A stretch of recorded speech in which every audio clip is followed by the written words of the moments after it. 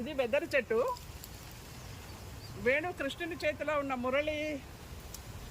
మురళి అన్నీ కూడా ఇవన్నీ కూడా వెదురుతోనే తయారవుతాయి. ఈ చెట్టు ఎంత అదృష్టవంతురాలు. ఓసారి అడిగిందంట సత్యభామ, ఏమి ఎప్పుడు కృష్ణుడు నిన్నే దగ్గర పెట్టుకుంటాడు, మేమే భార్యలు మమ్మల్నే దగ్గర పెట్టుకోడు, నువ్వెంత పుణ్యం చేసినావే వెదరుతో తయారు చేసిన మురళి అని అంటే, అప్పుడు అంటుందంట వెదరు మురళి, నా లేక ఒకసారి తొంగి చూడు అని. నా లేక ఒకసారి తొంగి చూస్తే ఏముంది, ఖాళీ. ఎవరైతే హృదయంలో ఎటువంటి ఇది లేకుండా, ఏ గుణాదులు లేకుండా స్వచ్ఛంగా అంతకన్నా శుద్ధంగా ఉంటారో వారు కృష్ణునికి భగవంతునికి దగ్గరగా ఉంటారు అని ఆ విధంగా వెదరుతో చేసిన వేణువు చెప్పిందంట.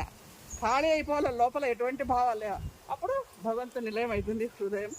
ఇలా ప్రకృతిలో మమేకమై ఈరోజంతా ఆనందంగా గడుపుతున్నాం.